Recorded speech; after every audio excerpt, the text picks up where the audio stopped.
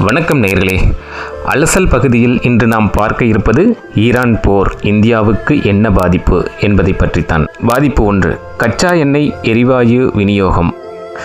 Iran மீது America மற்றும் Israel தாக்குதல் தீவிரம் அடைந்துள்ள நிலையில் ஹார்முஸ் ஜலசந்தியை ஈரான் மூடியுள்ளது. இதனால் உலக அளவில் கச்சா எண்ணெய் மற்றும் எரிவாயு விநியோகம் பாதிக்கப்பட்டுள்ளது.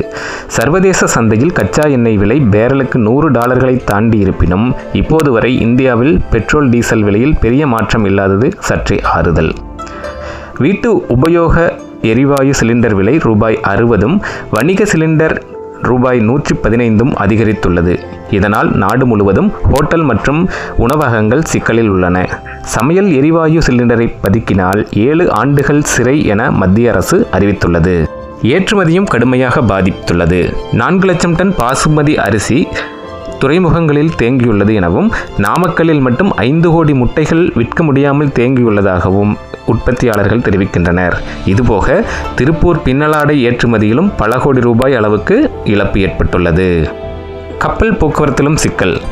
அமெரிக்க நீர்மூழ்கி கப்பல் இந்திய பெருங்கடலில் ஈரானிய போர்க்கப்பலை தாக்கியதன் விளைவாக வர்த்தக கப்பல்கள் செங்கடலுக்கு பதிலாக மாற்றுப்பாதைகளில் சுற்றி பயணிக்க வேண்டியுள்ளது. இதனால் எரிபொருள், காப்பீடு, சரக்கு கட்டணம் போன்றவை சுமார் 3 மடங்கு உயர்ந்துள்ளது. வர்த்தகம் தொடர்பான பாதிப்புகள். பங்குச்சந்தைகள் மிகுந்த சரிவை சந்தித்துள்ளன. இதனால் இந்திய பங்குச்சந்தைகள் முதலீட்டாளர்கள் சுமார் 30 லட்சம் கோடி ரூபாய் வரை இழப்பை சந்தித்துள்ளதாக கணிக்கப்பட்டுள்ளது. மேலும் டாலருக்கு எதிரான இந்திய ரூபாயின் மதிப்பு வரலாறு காணாத வகையில் $92 சரிந்துள்ளது. இந்தியாவின் சரக்கு ஏற்றுமதி 75,000 கோடி முதல் 92,000 கோடி வரை பாதிக்கப்படலாம் என ஏற்றுமதியாளர்கள் சங்கம் கணித்துள்ளது.